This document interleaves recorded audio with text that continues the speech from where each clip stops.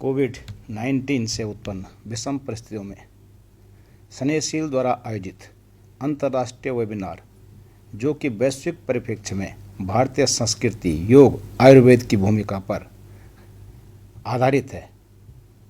कार्यक्रम के मुख्य अतिथि माननीय डॉक्टर धन सिंह रावत जी,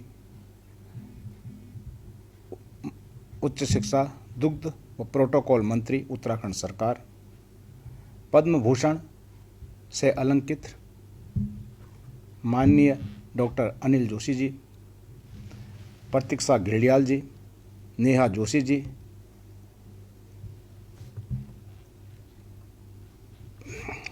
प्रोफेसर वायरा रेड्डी जी व कार्यक्रम के संयोजक डॉक्टर ममता सिंह जी,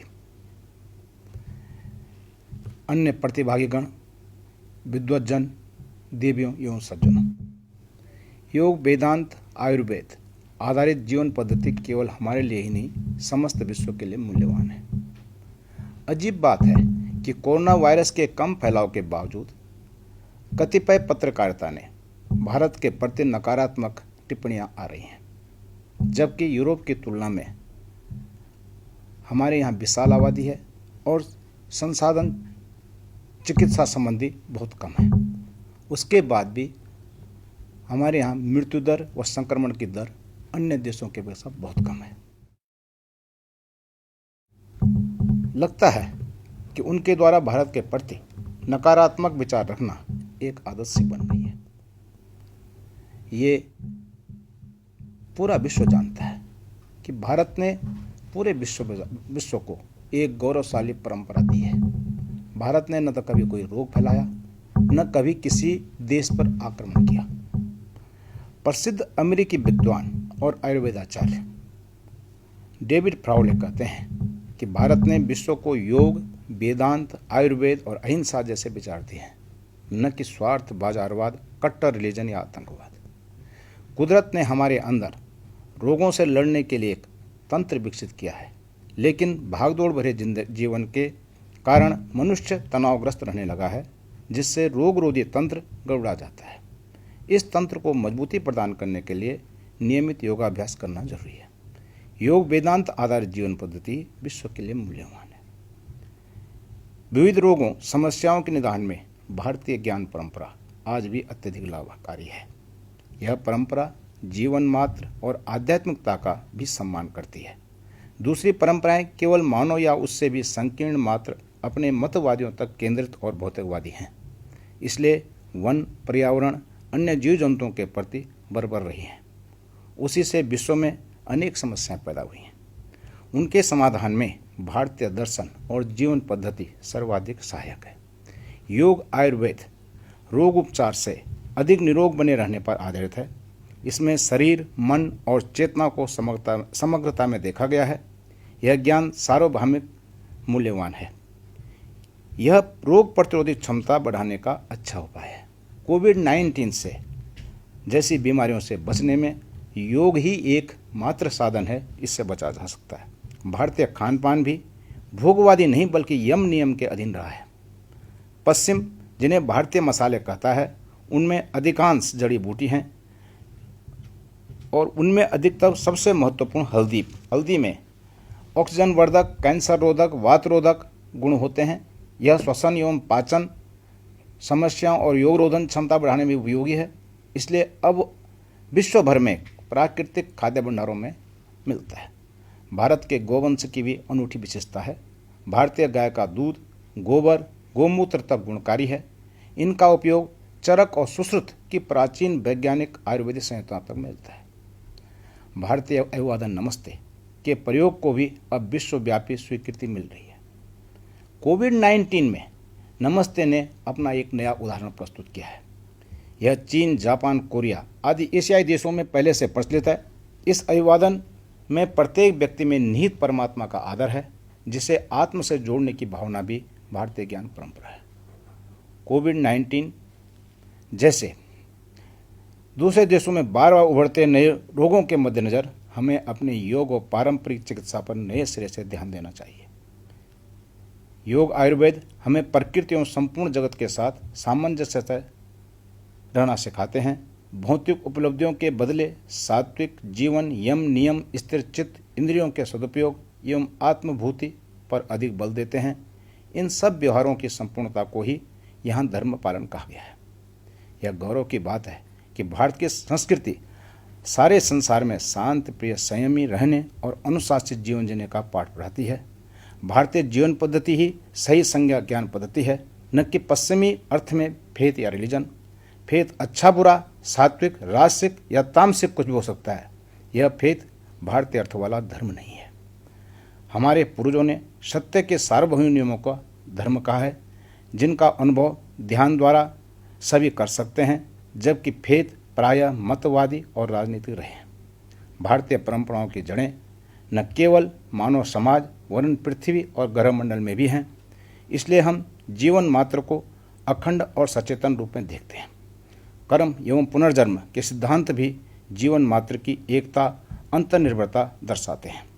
भारतीय परंपरा सार्वभौमिक माता की पूजा करती है, जिसमें सभी जन्म लेते, पोषण पाते और अंत उसी में मिल जाते हैं।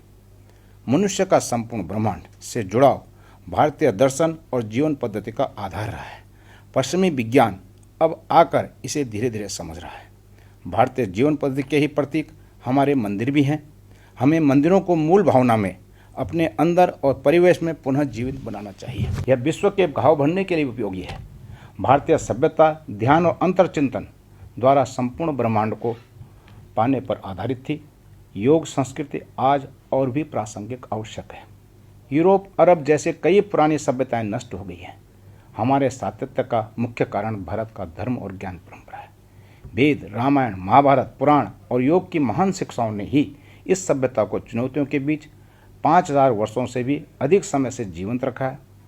ऋषियों और योगियों के लिए मंत्रों ने शाश्वत अनंत से हमारा संबंध बनाए रखा है। यह हमारी जीवंतता का मूल स्रोत है। आज पश्चिम मीडिया में भारत के प्रति उल्टी भावनाओं का स्रोत मुख्यतः यहीं के प्रभावशाली बौद्धिक वर्ग का भारत विरोधी रुख है। ये लोग ही प्रायः योग, ध्यान और आयुर्वेद के विरुद्ध छींटाकशी करते रहते हैं। यहाँ के लिबरल जड़मती हैं। उनमें विवेक, ऊंची दृष्टि या आंतरिक चेतना नहीं है। वह अपनी राजनीति में प्रत्येक भारतीय विशेषता को नकारने या नीचा दिखाने की प्रवृत्ति रखते हैं।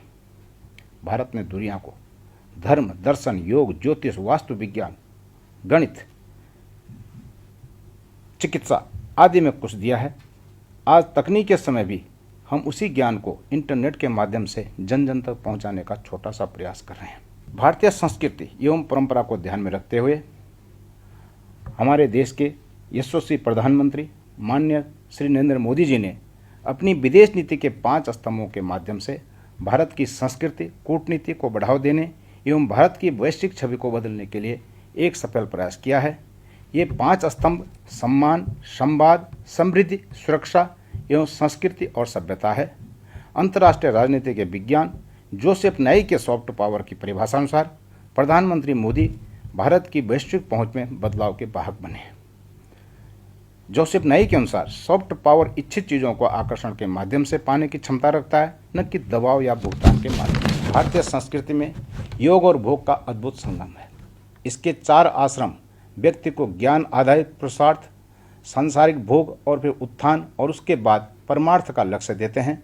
मानवीय नैतिकता इसके प्रत्येक भाग का मूल आधार रही है। संगीत भारतीय जीवन के कण कण में व्याप्त है, चाहे वो पूजा आराधना हो या सामान्य जनजीवन।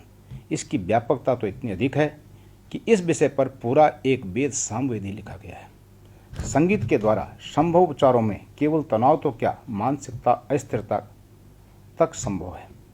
यदि हमारे यशस्वी माननीय प्रधानमंत्री श्री मोदी जी के शब्दों में कहा जाए तो कला और संस्कृति का भारतीय समाज में सर्वोच्च स्थान है। इसके अभाव में लोग रोबोट के समान हैं। चीन से आया कोरोना वायरस भारतीय संस्कृति की पुनः स्थापना के लिए है, क्योंकि भारत में जो संस्कृति शुद्ध विचारों और वैज्ञानिक शोध अनुसंधान के बाद स्थापित की गई थी, वो विश्व की आधुनिकता के दौड़ में कहीं पीछे छूट गई थी। इस आधुनिकता ने कितना नुकसान किया है ये अभी तक पता नहीं है। कितने भयंकर बीमारियों को जन्म दिया है ये भविष्य के गर्त में है। तरह तरह के रोग, संक्रमण, वायरस आज हमारे समाज को प्रदूषित कर रहे हैं। अतः हमें वापस भारतीय संस्कृति की ओर ही लौटना होगा। कोरोना वायरस का भी कोई टीका भी नहीं है, कोई भी दवाई एलोपैथिक के पास नहीं है, किसी भी पैथ के पास नहीं है, लेकिन भारतीय संस्कृति में इसकी काट है। हमें वायरस न लगे ऐसी विधा हमारे पास है। इसके भी लक्षण आयुर्वेद में मिलते हैं। आयुर्वेद ही समस्त सृष्टि का सबसे अच्छी शिक्षा पद्धति रही है। इसीलिए भारत संस्कृति और आयुर्वेद अपनाए जीवन सुखी और समृद्ध है। उच्च शिक्षा के क्षेत्र में दूरस्थ शिक्षा कार्यक्रमों के संबंध में नियामक कार्यकलापों को अब विश्वविद्यालय अनुदान आयोग के साथ निहित कर दिया गया है। दूरस्थ शिक्षा परिषद जिसके पास विद्यमान नियामक थे उसको भंग कर दिया गया तथा सभी नियामक संबंधी कार्यकलाप विश्वविद्यालय अनुदान आयोग द्वारा शुरू किए जा रहे हैं। दरअसल हमारे ऋषि मुनियों ने योग के साथ ही आयुर्वेद को भी जन्म दिया। इसके पीछे कारण यह कि सैकड़ों वर्षों तो जिंदा रहकर ध्यान और समाधि में गति करना चाहते थे। इसके चलते उन्होंने दोनों ही चिकित्सा पद्धति को अपना जीवन का बनाया। मुक्त एवं दूरस्थ शिक्षा के अंतर्गत उत्तराखंड मुक्त विश्वविद्यालय में भी योग, ज्योतिष, संस्कृत जैसे महत्वपूर्ण पाठ्यक्रम पढ़ाए जाते हैं। हमारा विश्वविद्यालय कहीं भी कोई भी 3A के अंतर्गत एक्सेस, पहुंच, इक्विटी, समरूपता, क्वालिटी, गुणवत्ता एवं रिलेवेंस, प्रासंगिकता को ध्यान में रखकर कई विषय संचालित करता है। सूचना और संचार प्रौद्योगिकी का अत्यंत महत्व है। आज ऑनलाइन एजुकेशन का टाइम है, टेक्नोलॉजी का टाइम है। इसके आधार पर उत्तराखंड मुक्त विश्वविद्यालय खरा उतरता है। उत्तराखंड मुक्त विश्वविद्यालय में सारी पढ़ाई ऑनलाइन के थ्रू होती है।